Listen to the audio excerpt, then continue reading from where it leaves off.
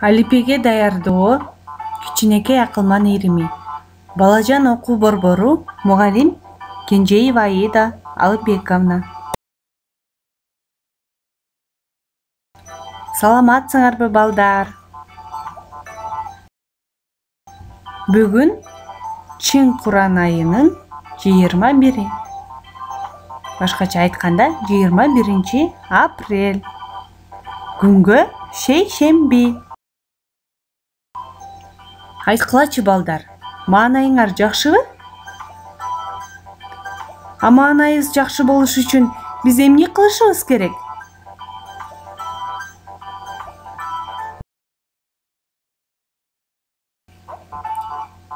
Албетте балдар, маанайыбыз жакшы болуш үчүн дайыма жакшы нерселерди ойлонуу керек. Сыналгыдан же башка жактардан маанайды көтөрө турган гана маалыматтарды кабыл алышыбыз керек. Бири-бирибизге жакшы гана сөздөрдү айтуу зарыл. Сен бүгүн жакшы нерселерди ойлондуңбу? Кел анда. Азыр көзүбүздү жумабыз. Жакшы нерселерди ойлонобуз. Көзүңдү жум.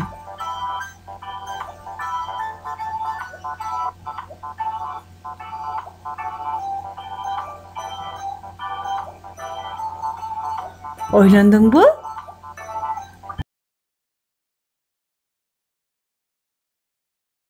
Апаңа, атаңа, бөбөктөрүңө, үйдөгүлөргө жакшы сөздөрдү айттыңбы? Айта элек болсоң, азыр жакшы сөздөрдү айт. Кана? Айтып атасыңбы? Мен күтүп турам.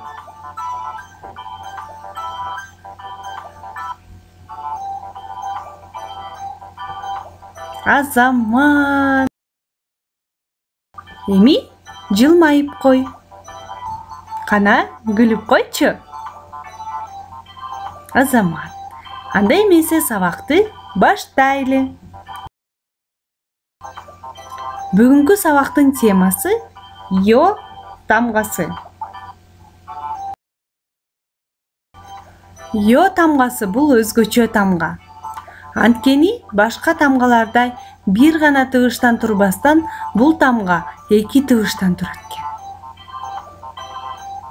Кызык, кантип бир тамга 2 тыгыштан турат болду экен, балдар? Йо тамгасы 2 тыгыштан турат экен. Ал ый жана о.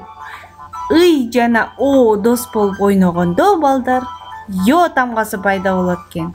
Көрдүңөрбү? Демек, Йо тамгасын айтканда ый дагы угулат экен кулагыбызга, о дагы угулат экен. Биринчи тапшырма. Коёндун, боёктун сүрөтүн дептериңе тарт. Ал сөздөрдү катыштырып сүйлөм түз.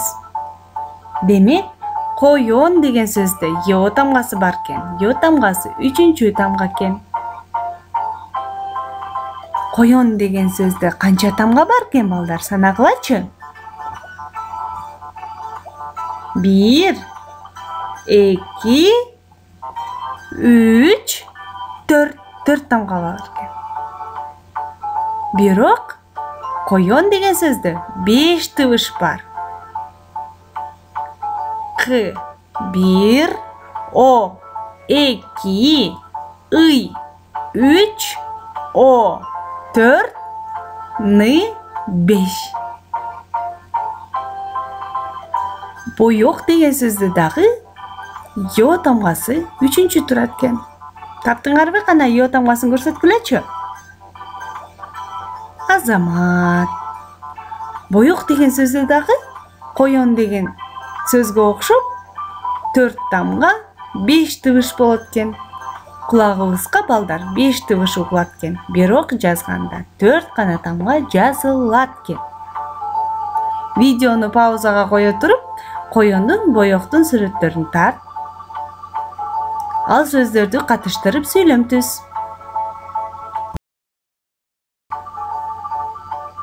Эми ордубуздан турабыз. Ырды айтабыз. Кичинекей акылманбыз, кошуп алып санаган. Биз акылман балдарбыз, мыкты ишке жараган. Ата апа сөз беремин, мен бактылуу боломун. Ата апа сөз беремин, ийгиликтүү боломун. Ата апа сөз беремин, супер адам боломун. Жетиштиңби мени менен кошо айтканга? Жетишпей калсаң, кайра артка төртөрүп айт. Азыр силерге коён жөнүндө жомок айтып берем. Бир күнү кирпи менен коён жарышмак болушат экен.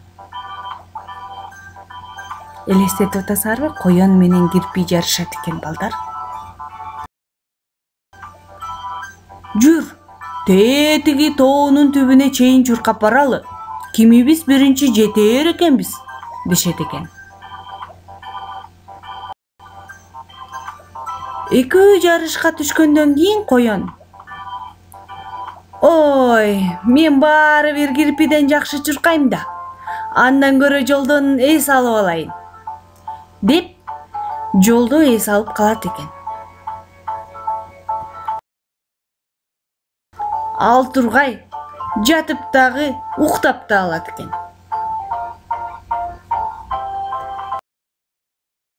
Ал эми кирпи: мен жакшы чуркай албайм да, деп астыга акырын жылып кете берет экен.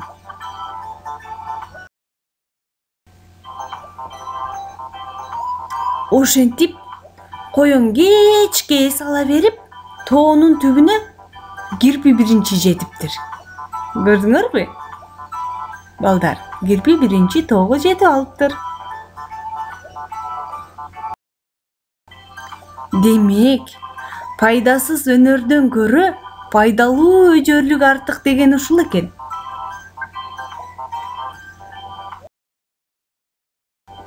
Көрдүңөрбү балдар? Жашоодо дагы ушундай. Кээ бир адамдар өзүнө болгон ишеничин жомоктогу коёндой болуп, туура эмес пайдаланышат. Аракет кылбай жүрө беришет. Ал эми башкалар болсо, өнөрү жок болсо дагы аракет кылып жатып, жашоодо койгон максаттардын бардыгына жетишет экен. Балдар, туура өзүңөргө ишенишиңер керек. Мен акылдуумун, мен кыйынмын, менин колуман келет деп ишениш керек. Бирок дайыма аракет кылып, дайыма эмгек кылыш керек. Ошондо гана максатка жетебиз. Жөн эле мен кыйынмын деп отура берсеңер, отурган боюнча ошол жерде отура бересиңер. Сүйлөштүкпү? Менин кичинекей акылманым, биз дагы аракет кылганды унутпайлы. Келечекке жакшы максаттарды коюп, бүгүндөн баштап ал максатка жетүү үчүн жомоктогу кирпидей болуп кыбырап кадам таштайлы.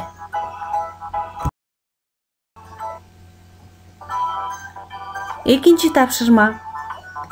Жазуу дептериңе тоо, кирпи, коён, жарыш деген сөздөрдү жаз. Жазуу түрүндө жаз. Видеону паузага коюп тур.